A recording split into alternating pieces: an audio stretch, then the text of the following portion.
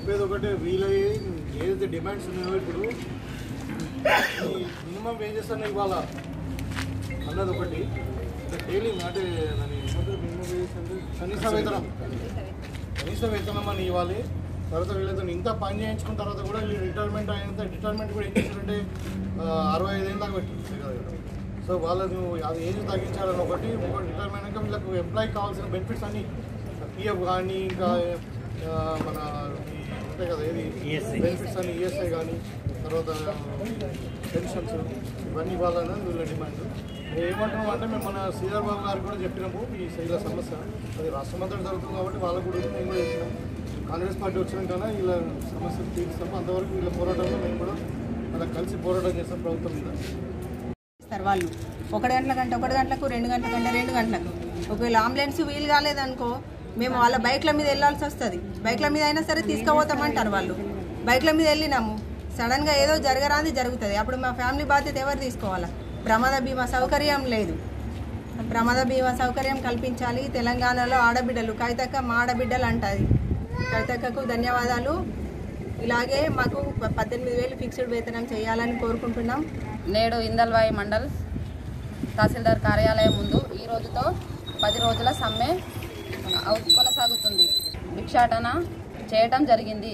భాగంగా కిరాణా షాపుల దగ్గర రోడ్డు మీద భిక్షాటన చేయడం జరిగింది. కాంగ్రెస్ పార్టీ భూపతి రెడ్డి గారు మాకు మద్దతు తెలిపారు. ఆయనతో స్టార్ట్ చేశాం ఈ ప్రోగ్రాం అనేది. భిక్షాటన 18,000 ఫిక్స్డ్ వేతనం ఖచ్చితంగా చేయాలి. 16 నెలల పిఎస్సి మాకు అమలు చేయాలి. పని బట్టి పారదర్శకం అంటున్నారు, పారదర్శకం లేని పనులు చెప్తున్నారు. మాకు అది సర్వేలు చెప్తున్నారు. సర్వేలకు సంబంధించిన రిజిస్టర్లు కానీ సర్వేకి సంబంధించిన డబ్బులు కానీ ఏమి ఇవ్వడం లేదు. కాకపోతే పని బట్టి పారదర్శకం. పని లేకుండా మాకు పైసలు వస్తలేవు, కానీ పని చెప్పినప్పుడు మాకు పైసలు రావాలి కదా. సర్వేలు చేపిస్తున్నారు, ట్రైనింగ్లు ఇచ్చిర్రు. ఆ ట్రైనింగ్ సంబంధించిన డబ్బులు లేవు మాకు. సర్వేకి సంబంధించిన డబ్బులు లేవు. బుక్స్ కొనుక్కోవాలి, ప్రతి ఒక్కటి మేమే. అన్ని టీవీకి సంబంధించిన డబ్బులు కూడా మాకు ఇంతవరకు రావలేదు. 14 సంవత్సరాల నుంచి చేస్తున్నాము. ప్రతి ఒక్క బుక్ మేమే కొనుక్కొని అన్ని మేమే రాసుకోవాల్సి వస్తున్నది. కాకపోతే మాకు బుక్కులు ఇవ్వండి, మాకు పని చెప్తున్నాం.